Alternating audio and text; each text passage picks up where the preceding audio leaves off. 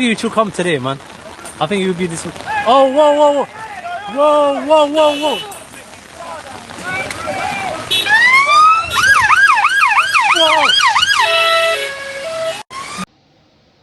What a condemnable action that we just witnessed there with this stupid man, okay, who's acting as a lone wolf, going and lunging at a defenseless woman in broad daylight, probably going to get life prison sentence.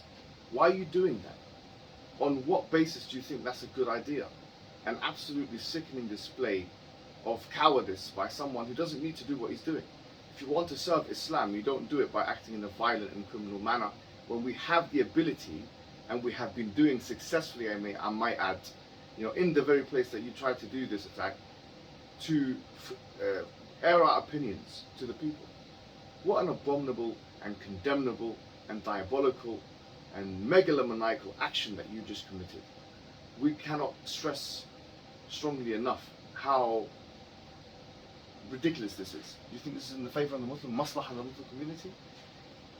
This is ridiculous. And I think that, to be honest with you, there's a lot of people to blame here. There's a lot of people to blame. We are, as the Muslim community, to blame.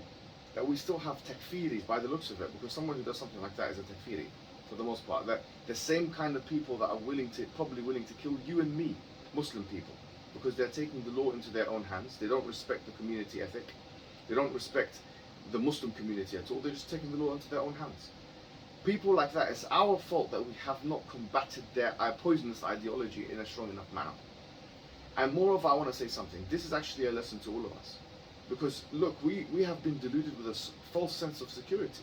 We think that we're secure because it's you know, broad daylight and there's police officers. Let me tell you something about this country. I've lived here for 29 years, all my life. And I've seen and witnessed so many things. And we've seen and we've witnessed how many stabbings happen in the UK on a yearly basis. So many stabbings happening in the UK. Maybe over almost 50,000 in the year 2019-20. This is not a joke. This is the pandemic that we're talking about here. And the government doesn't know how to crack down on those who are using knives, because they're using rehabilitation methods which are outdated and ridiculous. Okay?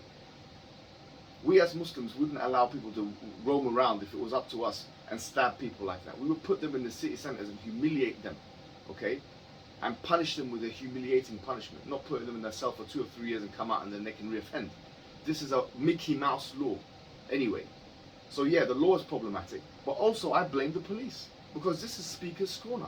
How can you allow a woman to be stabbed in Speaker's Corner? How can you allow that? There are so many police cars. This is the center of London. There are cameras everywhere. This is a failure of the police. This is an absolute failure of the police. And I have to say, and I'm pushing this on to the Muslim and the Christian communities and other communities as well, it's a failure of yours as well to allow this to happen. Why is it that, you know, this happened, oh, it just happened over seconds, but we know that these things can happen. And this is a lesson for us, because next is going to be me and you. Do you think that we're safe? Do you think that we're safe? If this can happen to her, do you not think it can also happen to us? I want to recommend a few things on protection here. This is something you can buy. It's called Defense ID. And what it does is this is legal, absolutely legal in UK law. Defend yourself to as much as the law would allow you to defend yourself. This is a thing that you spray in people's face. Look, martial arts is very well and good, but if someone brings out a knife, let me tell you something, guys. A knife, no punch can defend against a knife. I'm really sorry. This is not Jackie Chan and Bruce Lee. Our youth, who are Muslim youth, a lot of which are getting stabbed in the street corners. A lot of them are doing the stabbing in the street corners. A lot of them are in prisons. Our youth, yeah, a lot of them will be at risk of this kind of thing. A lot of them will be innocent. What do we have to do about it? We have to educate our youth to how to defend themselves legally and effectively. Because quite frankly, let me tell you this one more time. The police are not going to save your life. When they see a knife, they're going to run faster than you would ever run. Their baton is not going to be enough. There's a poorly effective police force in the UK. Forget about just London. The police are second-class citizens to the gangs. The gangs are, they got the police in their pocket. Everyone knows that. Get the baton out, the gangs are going to deal with the police. Do you know why? Because the gangs make the police shiver and quake in their boots. And the police can't do that to the gangs. Simple as that. And with their batons, they can't fight back. So we need to find effective methods. Okay? Effective methods to protect ourselves and our communities, which are legal, okay? And I've just given you one example here. This is a practical example. Just take the spray and run. If someone comes and brings out a knife, you're not going to fight them. Do you understand me? I'm telling this is my message to every young person. You're not a big man to fight a knife. Because it's not a fair fight. You have no idea what a knife can do in a fight. Don't try and punch and this and BJJ Russ. Not going to work, my friend. A knife, all it takes is one slice. A 13-year-old can finish you with a knife, can kill you. Yeah?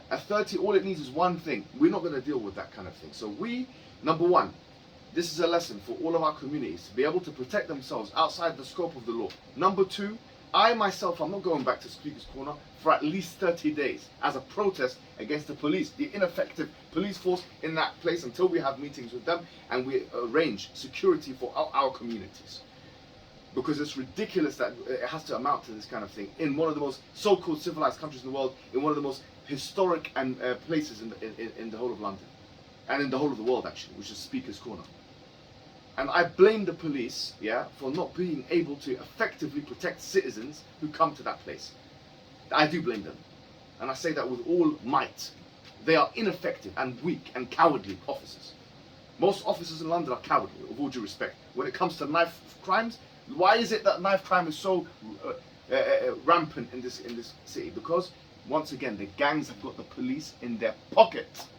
So we're going to have now ingenious ways, legal ways of dealing with that situation, which may include things like this. This can save your life one day. If I have bloody sand in my pocket and throw it on the guy, wallahi, if some guy comes to me and I throw sand on him, some knife, it doesn't matter how big you are, the blade is going to finish you, it's going to cut you. So we're going to have to start learning, yeah, how to protect, how to defend ourselves, running. The best thing to know how to do is run. If a knife comes into the equation, acid, this, that crime, we need to learn now, because this is going to be a lesson. If it can happen in a place like this, it can happen anywhere. These people are no longer caring about the consequences. People no longer care about the consequences. You have to understand that. Don't be deluded. Don't think that people care about the consequences. They don't. We're going to have to do secret meetings with the big speakers in Speaker's Corner, and we're going to have speakers discussion with them, and we're going to arrange security. And this is a message to anybody, takfiri, Muslim takfiri, or anybody else who tries to come and bring a weapon to Speaker's Corner. The moment we see that blade, yeah, you're going to see what time it is, with all due respect. The moment we see a blade on you, you're going to see what time that is. Yeah, but we're not going to allow ourselves to, believe you me, the moment it's khalas, it's war. Do you understand that? You don't bring it for a Muslim or a non-Muslim. It is war. And I'm not going to wait for the police, because I know they're ineffective. We are going to defend our people in that place. Do you understand that? If we ever catch a takfiri, or a gang member, or a violent thug, or an ideal right wing, or any of those kinds of people doing things like that again, it's war. And when I say it's war, it means we're going to defend ourselves in as much a legal capacity as we are allowed to do. And as I say, it's going to be a 30-day suspension. I'm not going to go back to Speaker's Corner until we sort out, as a protest of what's happened here today. Assalamu alaikum wa rahmatullahi wa barakatuh.